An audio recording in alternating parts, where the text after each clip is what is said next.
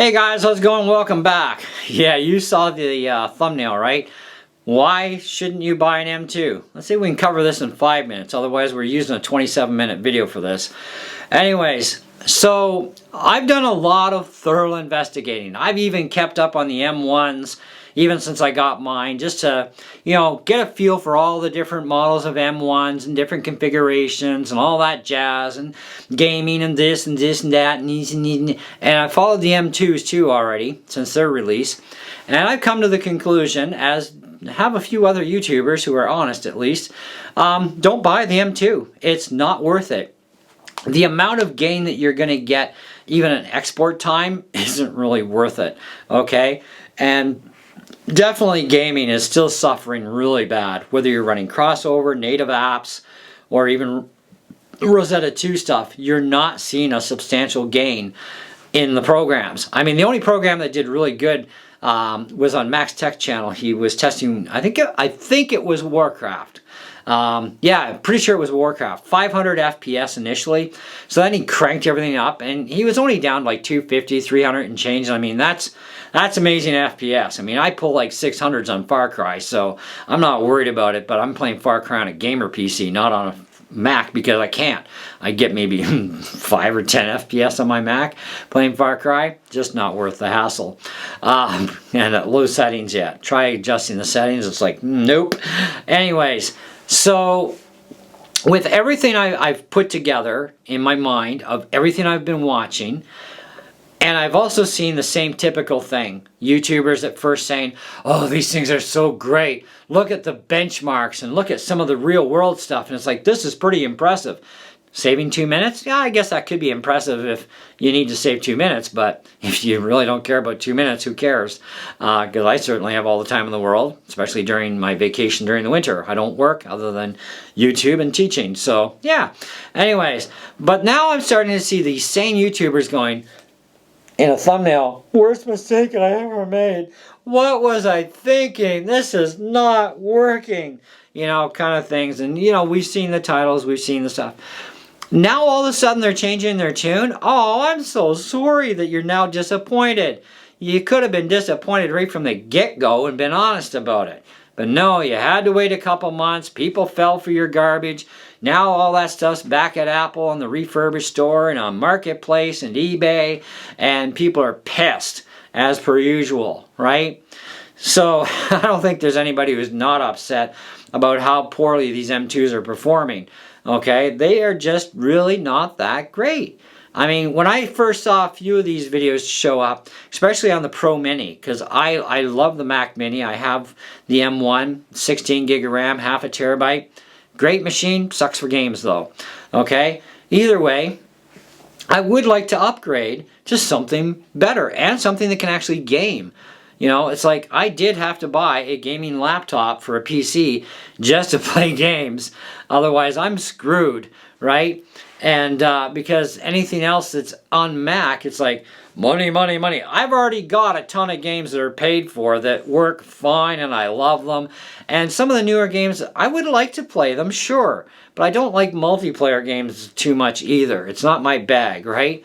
So CSGO is definitely out. But even CSGO is not doing that healthy on even the bad boy M2 16-inch MacBook, right? So, and they don't have anything else that can outbeat that. Like there's no new M2 Studio yet, right? That can beat out the old Studio, which is like $5,000 for, the base model Pro version, which you can jack up even higher.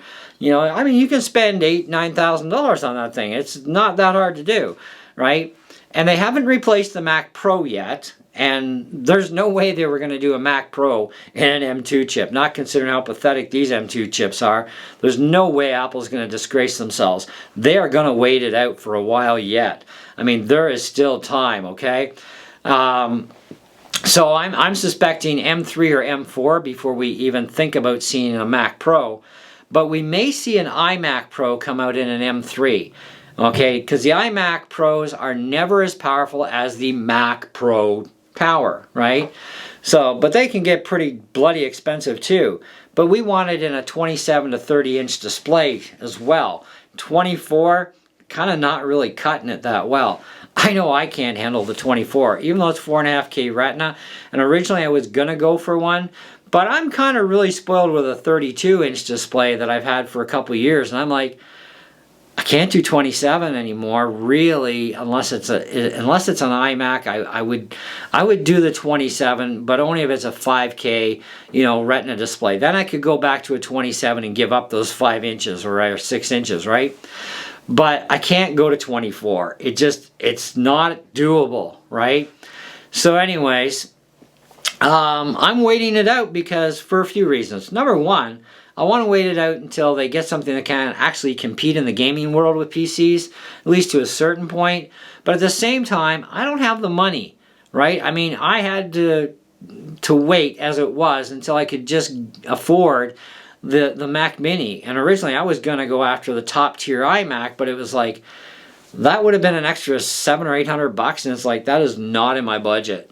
And I would have been very happy with that iMac, but, because I love iMacs, but then I have the same problem as that's a 24-inch, and I just can't, I don't think I could go 24. I mean, it's just not a workable thing. It's cute and everything, but I was so used to a 27-inch iMac, I just can't go that low. You know what I mean?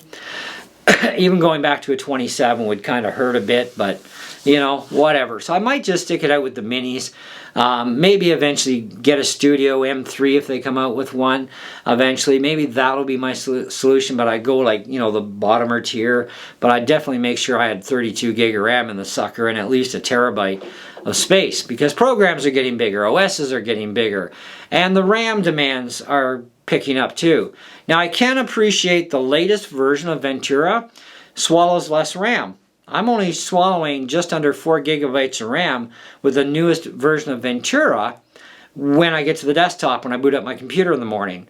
But then once I start using my computer, I start seeing RAM disappear. But at least with 16 gigs, I've still been able to avoid swap. So that's good. You want to avoid swap unless you want to destroy that SSD drive. And it can happen rather rapidly, okay? Depending on the size too. Because size matters on SSDs. As it turns out, a 256 does not have near the lifespan of a 512. So it was kind of good I went 512. A lot of people went 16 by 256, and it's like, because they paid attention to the wrong channels on this stuff.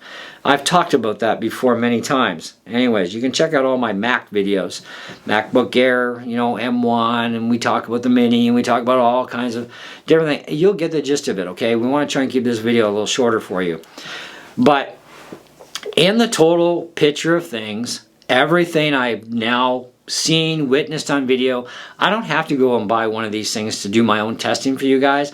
I'm just telling you, don't buy into the M2s. They are not going to give you a performance edge that's going to be worthwhile to you, okay? Especially for the vast majority of people, there is not going to be any kind of performance edge for you that is worthwhile, okay? And for the little edge it would give the professionals, it's saving a minute or two. Even if you save 2 minutes, it's not a big savings on the export, okay? You're still working for however many hours at a time to, edit your video, and however you're doing it. That doesn't count for processing power really that much. What counts is your export time. How long is it going to take me to export this video, right? If you're only saving a minute or two, not worth it, okay? That's pretty much about what it actually boils down to. You're saving a minute or two. Your gaming, most of your games, you're going to see anywhere between 5 to 20 FPS. You might get 25 FPS on certain games, but we all don't play the same games. That's the other thing. And this is why I encourage people, watch all the videos you can on that specific computer you're looking at. And look at all of them too while you're at it too. And see what the entire consensus of everybody is in the end result. And right now, the end result seems to be appearing of, worst mistake ever. Oh, I was so wrong. Why? Even a girl I watched, she's got a spec'd out M1 16-inch. Apple sent her on loan an M2 16-inch, comparable. And she's like, with all the extra money I have in this thing, and spec'd out a little more, I really can't justify the M2. It would be a terrible, bad investment, you know, because you're not going to get that much money back on your pre-modified one unless you're selling it, you know, on the used market. But when you turn it into Apple, they already know that they can't get as much. I mean, they're still going to get more out of it, obviously, but they're not going to pay you a great deal of money on your trade-in compared, because they still got to refurbish it, they got to put everything back to ground zero, fix anything that's damaged or out of place, if anything, and then they got to resell this as a refurbished to new kind of thing, still a refurb, right? But you get the brand new Apple Care warranty on it once again, with the ability to go Apple Care extended. I mean, there's a lot involved in that. So yeah, you're gonna take a big bath, and she's sitting there going, it's not worth the bath. You know, and I future-proofed myself for the long haul here, and there's not enough benefits in this to say that it's even worthwhile for the extra, very little extra horsepower. There's not that much extra horsepower, so it's really not feasible from where I'm sitting now with this to go to this. I love a reviewer that can be that honest, especially when the computer was sent to them on loan from Apple and they're saying that. That's an honest person. That's what I like to see. Kind of like me. I give you guys the straight goods. I tell you how it is. Sometimes I have to do an update review down the road, and that's perfectly fine because some stuff needs it, right? First look, first impression, still not a review, but then I'll do the main review. Or I'll do a review and then I'll give you an update if I feel it warrants an update review. And some stuff is going to be coming up shortly for updates, so you know what's going on. Because I think it's important that, you know, some things need some more time to mature and see where we're at with it, right? But I've seen enough with the M2s right as of now, from release time to now, to definitely agree that now these channels, a lot of them that were thought they were the greatest thing on earth, are now changing their minds and saying, no, don't buy it. I'm also seeing channels that right from the get-go are saying right off the top, this is not worth the extra money. Forget it. This is not a good investment. Wait for the M3s. Let's see what comes out with those. That's a smart decision. That's a great review to see. And, you know, and even when I saw this, the main spec lines of the efficiency and power cores and the gains in megahertz, I'm sitting there going like, as much as I would like to have a Pro Mini, you know, no. I mean, I would be better off spending, you know, $8,000 into a friggin' studio, but I'm not going to do that because the Mac Studio is just something that is financially not affordable for me, nor am I doing anything that I would need that kind of horsepower. I can still do professional studio recording with my Mini because I'm not doing it for bands and groups. I'm doing it for myself, right? So I'm producing my own music for me and I upload it wherever, you know. So my Mini will more than suffice for that. However, I do know that I'm going to need, at least in a year from now, I'm going to need to upgrade it. It won't be an option because programs are using more space, programs are using more RAM, and it's going to be, 16 is going to be like the new 8. 8 sucks, 16 is about to suck. In probably a year or two from now, 16 gigs is not going to be enough as a base model, right? We're going to need at least 32 now so that we can get along, right? And for a long haul, right? Because I want my next Mac that I buy to be hopefully the last one I have to buy for 10 more years, you know, at least. Because we usually get about 10 years. But I could still, you know, even after 10 years, I could still use that Mac for video editing. I could still use it for stuff, but I just won't be able to surf the internet, right? So I still need an internet surfer that I trust for security. I don't trust a PC as far as I can throw it for any kind of security because there really isn't any. Never has been, but that's a whole other video. Anyways, that's pretty much what I wanted to get across to you guys of what I found out, what I have a knowledge base on. And after enough studying on this, I say no. Do not buy any of the M2s. They are not worth it. You'll end up returning them regardless of your configuration.